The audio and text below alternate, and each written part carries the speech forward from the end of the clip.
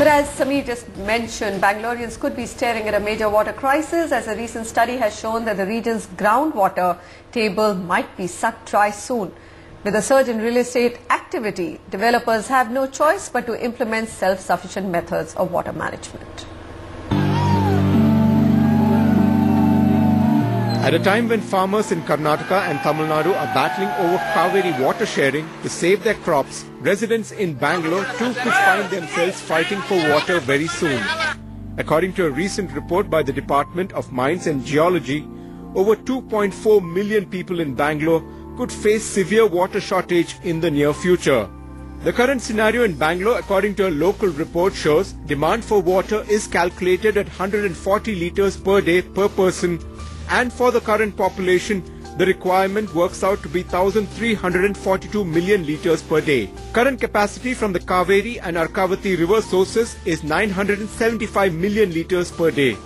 A big factor is this: conveyance and other losses reduces effective supply by 30% to 682 million litres per day.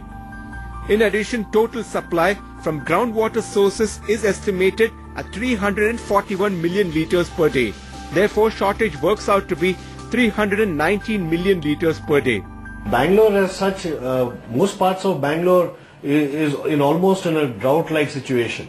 Therefore, not only us, but I think going forward, every developer will have to, use these focus on sustainability initiatives to make sure you conserve water and use it well.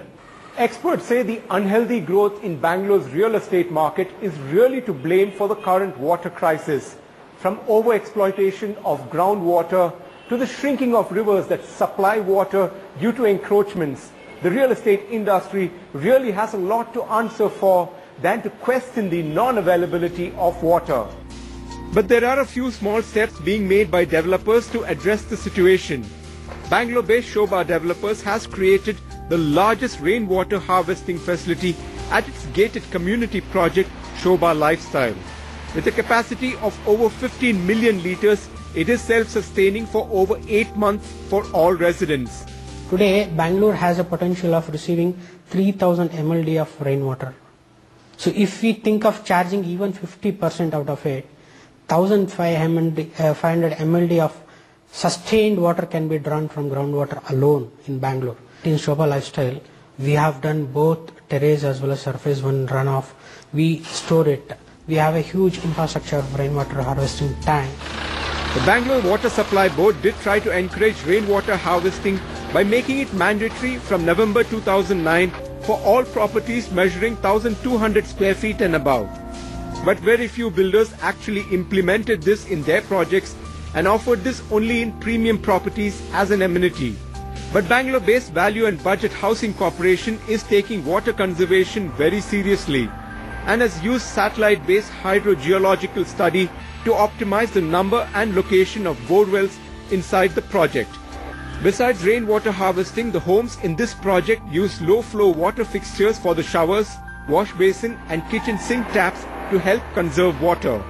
We save almost up to about 35% of what we would have otherwise used. I mean, just to give you an example, at Vaibhava, that is the name of the Bangalore project, we would use about 1,270 KLD per day.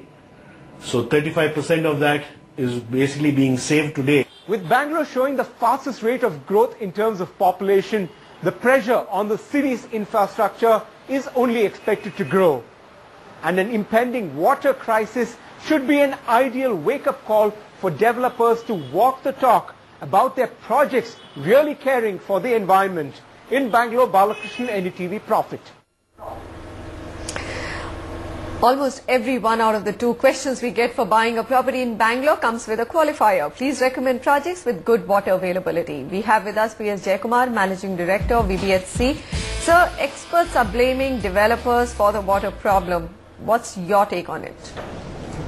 I think in some measures these are legacy issues. When we started initially all the constructions, going back into time, one did not plan for it.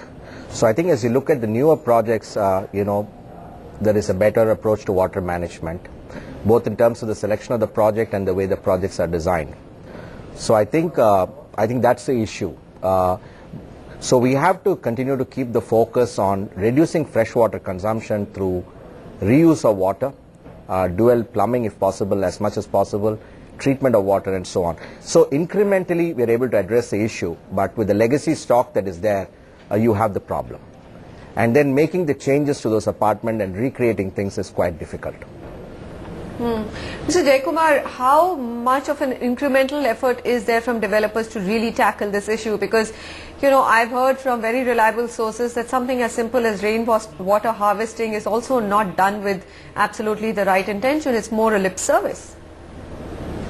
Well, like in every other industries, there are people who comply on one hand and people who do not comply on the other hand.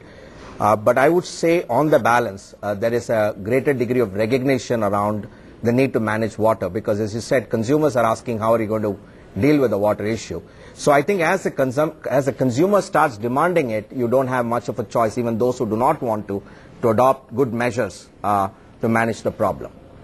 So I think in a trending sense, I think the direction is good.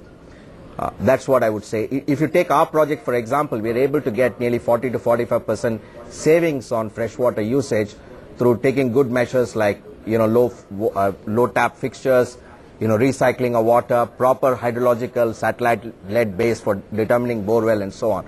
So I think we have got to be a little bit optimistic on it, and I think that would happen. Okay. But you still deal with the legacy issue. Is there anything on the policy front, Mr. Jayakumar, that you would expect the government to support you in? So, yeah, sorry. I would think the government has to do what it should do, which is to build the pipelines, you know, as we were discussing in the program before, the investments going in the right way, so freshwater consumption is increased. But what I worry about is any kind of additional regulation that comes in, and then the whole question of monitoring it, managing it, approving it, and so on, and you get into a big, you could get into a big measurement kind of process. So if anything more is to be done, I would say third-party verification processes would work, and you could put in better standards with respect to the way water management must be done, but giving that back to the government to validate, measure, would create more problems than solutions. Okay. Just final question then. You know, in terms of the actual caution that the experts bring in this story that we just played out, how grim is the situation, or do you think that it's probably not as grim? Well, as I said, you know, the reality is that there is a significant rural to urban migration. There is significant pressure coming around, not only in Bangalore but everywhere else. And that's the factor. And so we have to think big and plan well. And this problem that you see in Bangalore could very well replicate in many other locations, unless the planning process in the first instance is thought through carefully. And so I would say that you cannot prevent the urbanization to happen. In fact, you want it to happen. So we have to step up the policy measures in terms of infrastructure of water, management of water. There's also good solutions around freshwater usage and minimizing freshwater usage. All right. Mr. Jayakumar, thank you very much for making the time to come to our studios. It is an important question which comes with every query we take on the Bangalore market, or maybe 1 out of 2, I said, not every. Some people do know that developers will resolve it. So we're going to come back and we'll take you to the city of Nasik.